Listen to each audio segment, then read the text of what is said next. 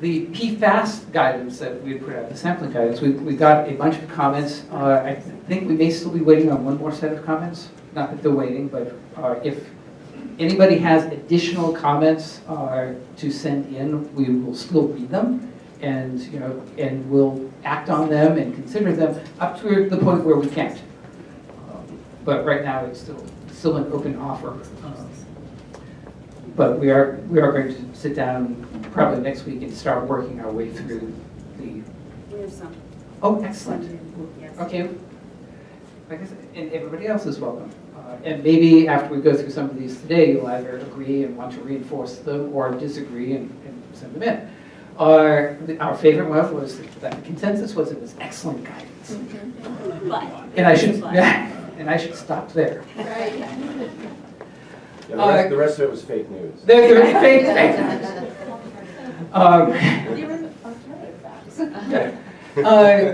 So there were a whole bunch of clarifications, edits, typos, requests for more detail in certain areas, and letting us know that we really provide too much detail in some areas. So as with all of our guidance, this is a balance of people wanting more, and people that feel that putting in more or more detail might be binding people or restricting options. And the goal here is not to restrict options. It is fairly simply that, in general, PFAS is considered an emerging contaminant. For most sites, we don't routinely look at PFAS. And in fact, we're not suggesting that people routinely look for PFAS. But we do want to elevate it in people's minds, so that if they are working in an area where there are potential sources, that it occurs to you, the LSP, or you, the PRP, that we should be looking for this other contaminant of concern and to quantify it. So we're trying to strike that balance of look for it where it's appropriate to look for it, but not implying that this should be widespread sampling everywhere. It's not a fishing expedition. And the same kind of thought process that you have for whether you look for PCBs or whether you look for dioxins or whether you look for dioxane should apply for this. It's one of many contaminants of concern, and because it requires kind of a unique and different analytical method, it's not something you're just going to send a sample to the lab and say, do the model. It does require some thought, and we're just suggesting that we all have that thought. So, people suggested creating reportable concentrations in Method 1 standards for them, and the answer is that yes, we think that that's a good idea, and we are proceeding along those lines. One of the big comments for risk assessment, what is our level of comfort with the reference dose that is out there from the US EPA, and should DEP kind of take an independent look at that, and particularly for the PFAS compounds that are not PFAS or not PFOA, the two for which there is a drinking water guideline, and I say drinking water guideline, the more important thing is that there is a reference dose for those on which the guideline is based. I care more about the reference dose, but when I say guideline, it's kind of as a surrogate for the reference dose.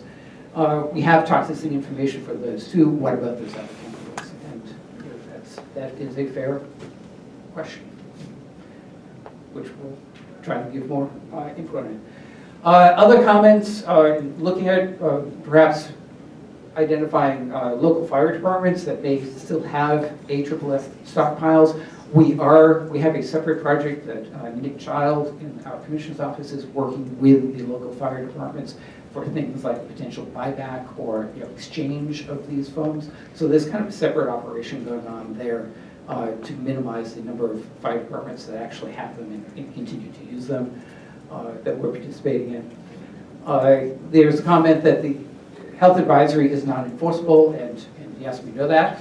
But under the MCP, as you know, if you have these compounds at an MCP site, you'd be doing method 3 risk characterization anyway at this point until we have those method 1 standards.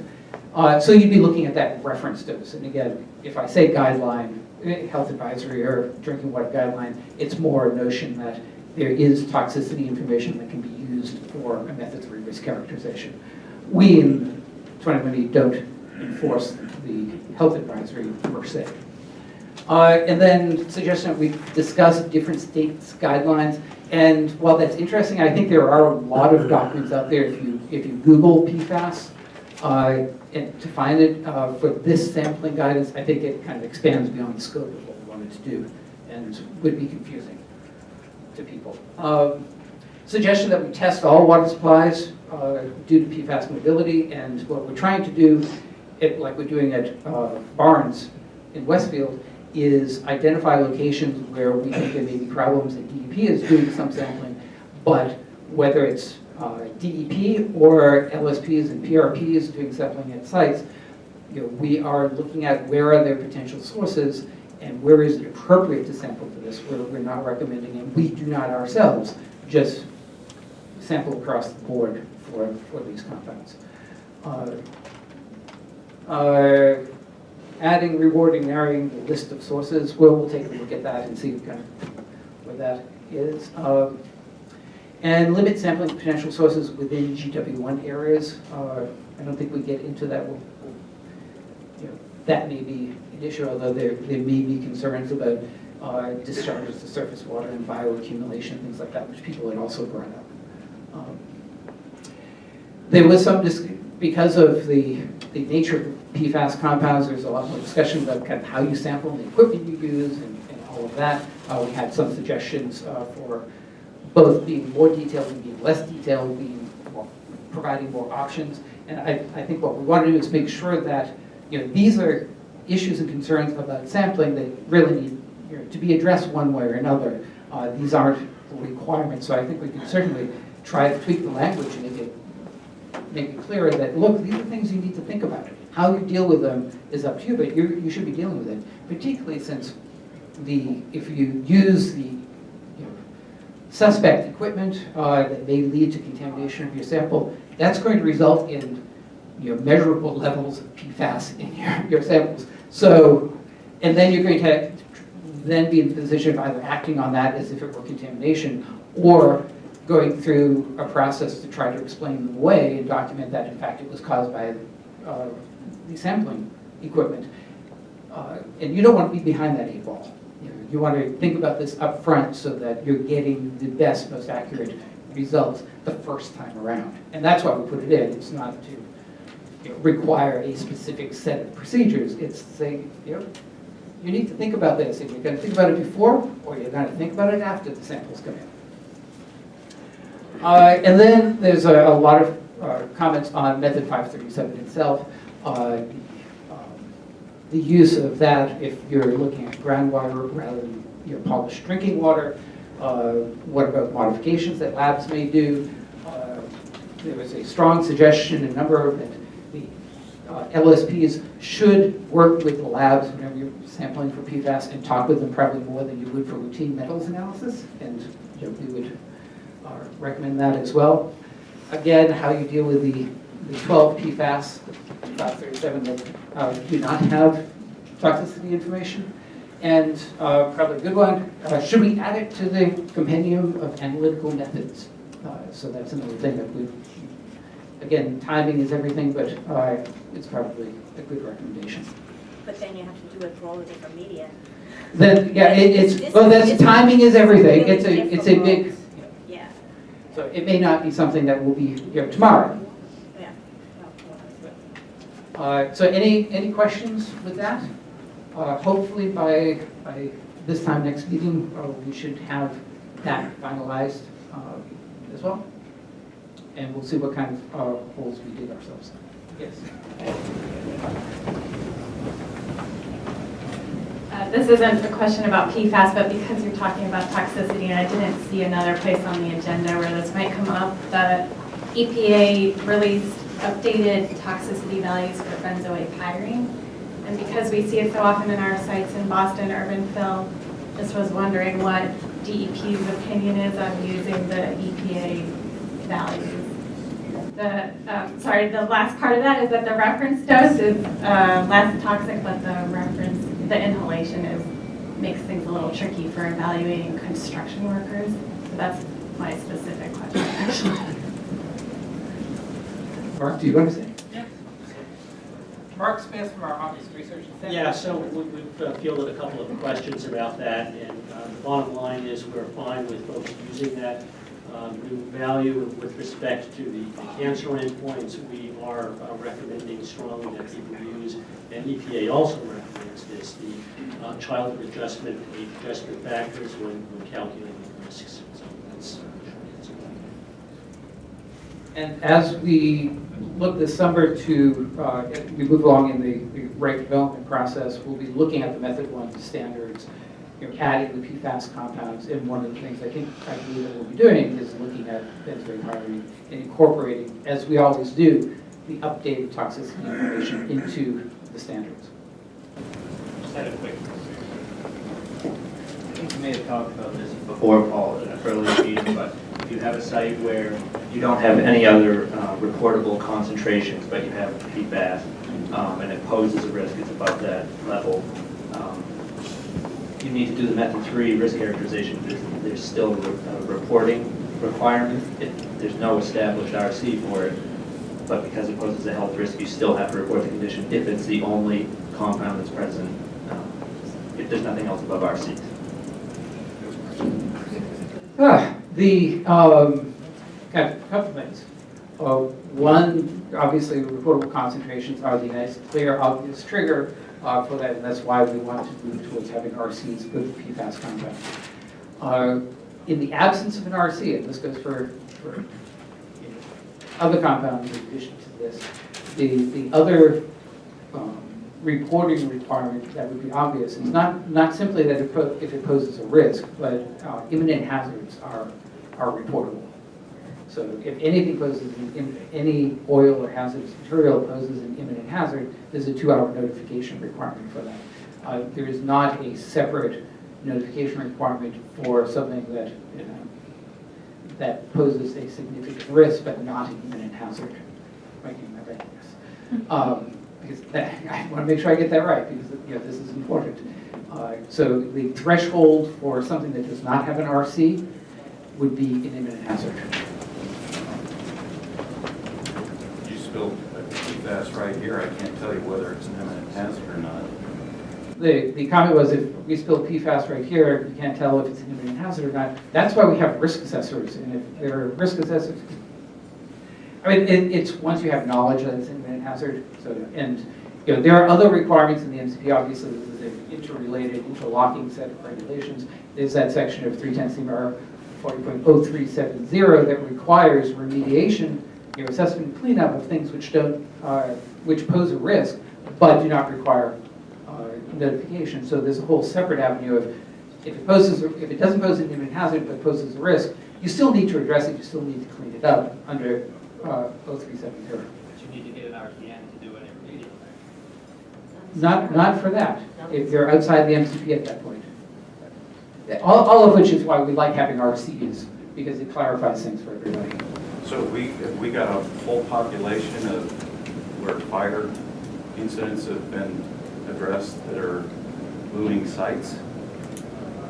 The question is, do we have a whole population of locations where there may have been firefighter responses, and are these potentially looming sites? Yes. Well, they are sites. Whether they're notifiable sites or sites that pose a risk is a separate question. But we have a site down on Cape Cod where there were a couple tanker trucks overturned, where there was a response with AFFF foam, and that has resulted in long-term, many years after the fact, contamination in private wells in the area.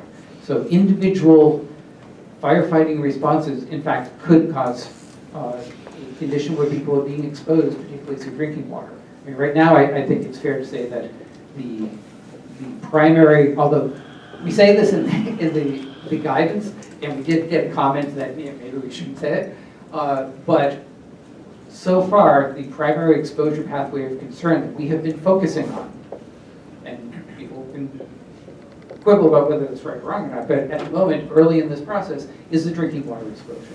So if those fire responses that occur in an area where there are no private wells and it's not in zone 1 or zone 2 of public water supply, yes, it might be a site, but if there is an exposure and there isn't reportable concentrations, it's unlikely to pose an imminent hazard to be reportable. But if you do have potential drinking water exposures near a big fire where AFFF foam has been used, then that's an area where maybe we should be looking for it. One more, and Liz should be yelling at me to move on. Okay. I crossed, yeah.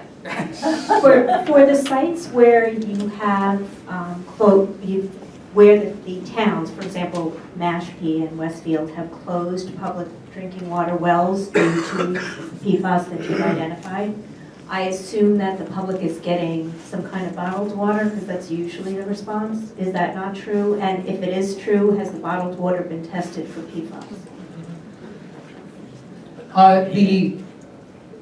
For the two locations where we found it in public water supply wells and the water supplier has voluntarily closed those wells, so it's Mashpee and Westfield.